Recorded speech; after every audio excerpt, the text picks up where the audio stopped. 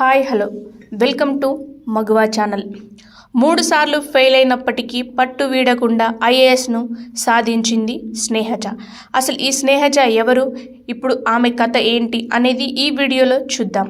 స్నేహజ హైదరాబాద్కు చెందింది. Chartered accountant కూడా.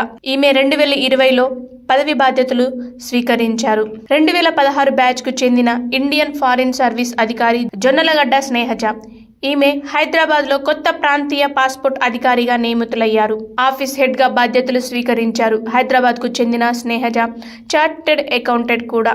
ఈమె బాధ్యతలు చేపట్టిన తర్వాత ఈమె ఆర్పీఓగా బాధ్యతలు చేపట్టారు.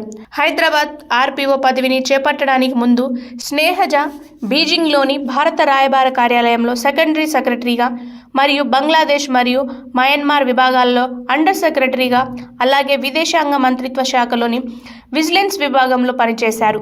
అశ్విని సత్తారు తర్వాత హైదరాబాద్ ఆర్పీఓగా బాధ్యతలు చేపట్టిన రెండో మహిళ. స్నేహజ తన మొదటి ప్రయత్నంలోనే చార్టెడ్ అకౌంటెంట్ని పూర్తి చేసింది మరియు కొంతకాలం ప్రాక్టీస్ చేసిన తర్వాత సివిల్ సర్వీసెస్ పరీక్షకు సిద్ధమయ్యే ముందు దాదాపు 2 సంవత్సరాల పాటు విద్యార్థులకు సీఏ నేర్పించారు. Doctor BR Ambedkar open university ఉద్యోగి సుజాత. సీఏ జె వెంకటేశ్వర్లు దంపతుల కుమార్తె అయిన ఈమె 2015లో యూనియన్ పబ్లిక్ సర్వీస్ కమిషన్ పరీక్షల్లో 103వ ర్యాంక్ సాధించి తెలంగాణలోనే టాప్ ర్యాంకర్గా నిలిచారు. హైదరాబాద్లోని ప్రాంతీయ పాస్పోర్ట్ కార్యాలయం స్పీడ్ పోస్ట్ను ఉపయోగించి ప్రతిరోజు 3000 పాస్పోర్ట్లను ప్రాసెస్ చేయడం గమనార్హం. తపాలా శాఖ దరఖాస్తులకు 24 గంటల్లో డెలివరీ చేసేస్తుంది.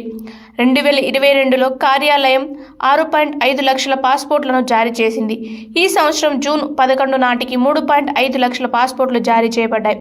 ఆర్పీఓలో నియమించబడిన ప్రాంతంలో పాస్పోర్ట్ సంబంధిత కార్యకలాపాలను పర్యవేక్షించడంలో ఆర్పీఓ కీలక పాత్ర పోషిస్తుంది. ప్రాథమిక బాధ్యత పాస్పోర్ట్ల జారీని కలిగి ఉంటుంది. దరఖాస్తుల సూచనలు, ప్రమాణాలు మరియు డాక్యుమెంటేషన్ ప్రమాణాలకు కట్టుబడి ఉండేలా చూసుకోవాలి.